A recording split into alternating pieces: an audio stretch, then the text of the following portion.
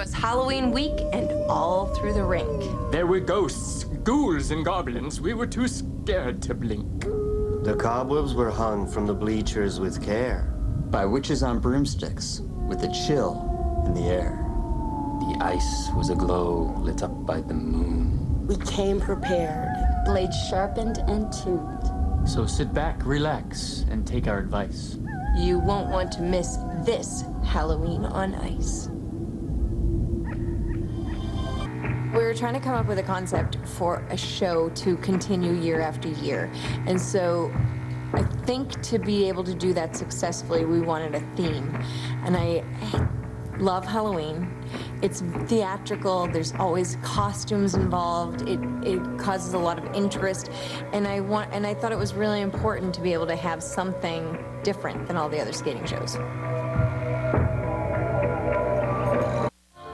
Welcome back to Glade Presents Mannheim Steamrollers Halloween on Ice. It takes much more than just ghosts and goblins to put on a show like this. The skaters spend days leading up to the show perfecting their performances to make sure everything goes just right. They also have to help shoot some elements for television. The first time isn't always the charm. The ice was aglow, lit up by the moon. Good morning. Skaters spend the entire show day in elaborate makeup and costumes that are tailored just for them. Hi, kids. Nice to meet you. It's not easy being green. They're never coming home. Never. Lighting and set design are key roles in the hours leading up to the show. I can't get these glasses to fit right. Cool. Maybe I'll wear these every day. With live music for many of the performances, rehearsals with Mannheim Steamroller are crucial.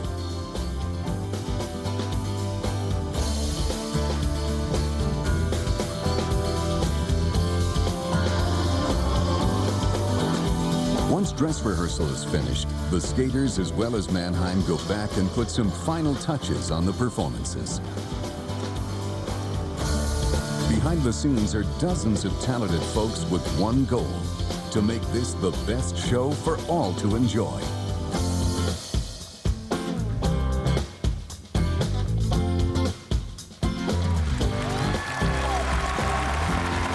I think as a skater, people think of us as just pretty and skating, but it's about performing. And so when you put on a costume, I've been Jack the Pumpkin King with white head and white face and blacked out eyes, and not always the princess. And it's really fun to be a character and do something very out of the norm of figure skating.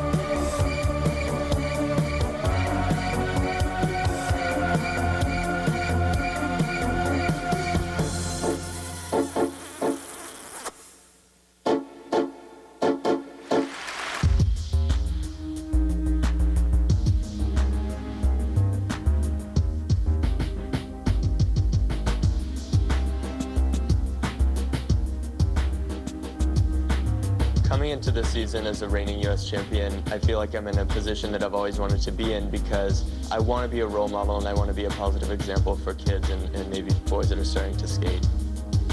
This year I'm looking to really kick off the season with a great start at Skate America and get back into the competitive setting.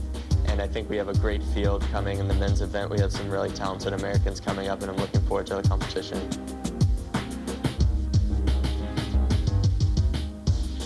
As I've gotten older, and especially since I've grown quite a bit, I've developed some chronic hip problems, so I have to be really careful and really listen to my body when I'm training and sort of adapt my training a little bit to make sure that I'm catering to, you know, any injury that could be on the rise. For me, for the first time in many seasons, I've gotten a new short and free skate in the same year, so I've been doing a lot of work at home training both of those and preparing them to put out on the Grand Prix circuit. I always love to do Skate America because I really enjoy competing in my home country, so I'm looking forward to kicking off the season with that event.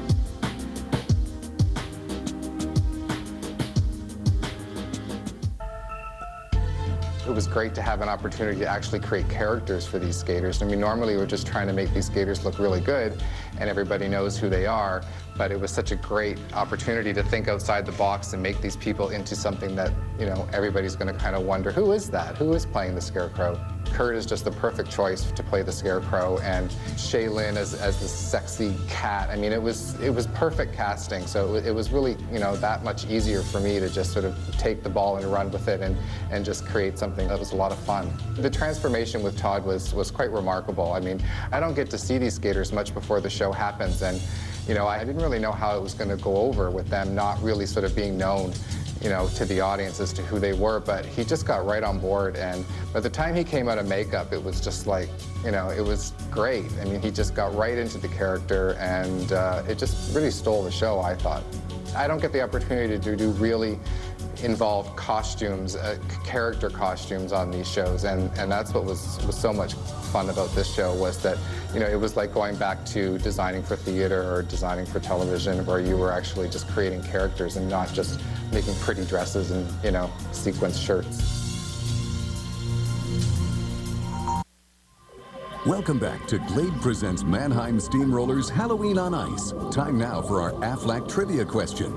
Chip Davis is the founder of Mannheim Steamroller. Before Mannheim, Chip was well known for a 70s hit song that he created under the country music character of C.W. McCall. What was the song? Was it A, Always on My Mind, B, Sunshine on My Shoulders, C, Convoy, or D, Through the Years? We'll have the answer in a little bit, but now please welcome back Mannheim Steamroller with the hit song Monster Mash. Time now for the answer to our Aflac trivia question. Before Chip Davis founded Mannheim Steamroller, he had a hit song that was created under the country music character of C.W. McCall. And the answer is C, Convoy, a song that became a hit back in 1975. More great skating, and there's still more music from Mannheim Steamroller a little later on. We'll be right back.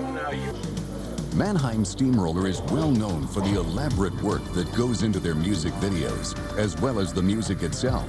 At that point, when I say... Any immediate questions before we go in? You've had the chance to see a lot of these music videos through the show. We are here to be part of a music video. Now, we thought we'd give you a behind-the-scenes look at all the hard work that went into the making of the Creatures of the Night video. As you'll see, it takes a lot of hard work and dedication by a lot of people. 1, 2, 3, 4, 5, 6. Again. 1, 2. Try to say it again. Action!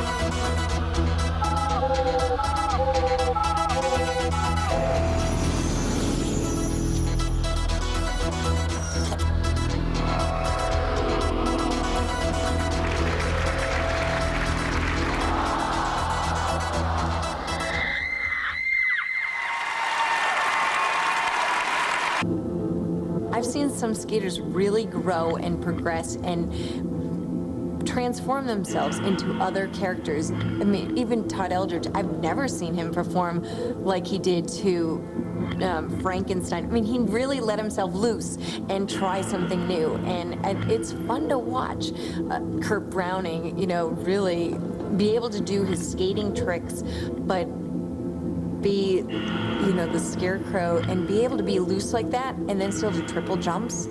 It's really difficult, and it's interesting and cool to see them out of their normal skating character and be something different.